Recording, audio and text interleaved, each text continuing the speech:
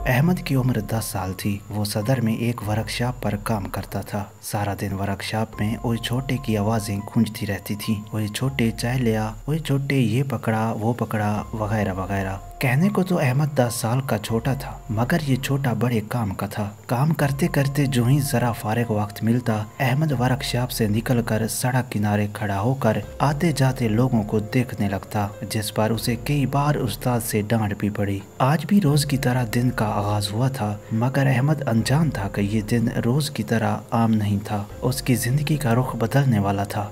उस दिन भी अहमद वर्कशॉप के छोटे मोटे कामों में मसरूफ था, जब एक बड़ी स्याह गाड़ी वर्कशॉप के सामने आकर रुकी। उस्ताद भाग कर बाहर निकला। यकीनन कोई उसके जानने वाला था। वो आदमी फैमिली समेत वर्कशॉप के साथ ही एक ढाबे की तरफ चाय पीने चला गया। उस्ताद ने अहमद को आवाज़ देकर कहा कि गाड़ी को अच्छी तरह अंदर बाहर से साफ कर दो। अहमद ने गाड़ी को चमका दिया। गाड़ी वाले साहब ने जाते हुए अहमद को 50 रुपए भी दिए। वो बहुत खुश और मुतमईन था।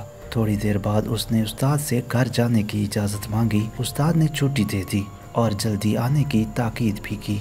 अहमद घर चला गया। तकरीबन 1 घंटे बाद वो वापस भी आ गया। उसके चेहरे पर खुशी झलक रही थी। वर्कशॉप के काम भी भाग भाग कर रहा था कि अचानक वही गाड़ी वाले साहब दोबारा आ गए। आते ही उन्होंने उस्ताद को आवाज़ दी। दोनों कुछ देर दूर खड़े खुसर फुसर करते रहे। काम करते करते अहमद के हाथ सुस्त पड़ गए। फिर उस्ताद ने अहमद को आवाज़ दी तो अहमद की रंगत भी जर्द पड़ने लगी। वो मुर्दा कदमों से उस्ताद के पास पहुंचा तो गाड़ी वाले साहब ने अहमद से कहा, देखो लड़के, मेरी गाड़ी तुमने साफ की थी। गाड़ी के डैशबोर्ड से पैसे गायब हैं। सीधी तरह बता दो और पैसे वापस कर दो, वरना मैं तुम्हें थाने ले जाता हूँ। साहब ने सख्त लहजे में बात मुकम्मल की तो अहमद का नन्हा सा दिल खौफ से कांपने लगा। वो भराई हुई आवाज में बोला, नहीं साहब जी, थाने मत ले जाओ, पैसे मेरे पास ही हैं। आप मेरे साथ घर चले, मैं वापस कर देता हूँ। अहमद इन साहब के साथ घर की तरफ रवाना हो गया। उस्ताद भी साथ ही था। 10 मिनट के फासले पर अहमद का घर था।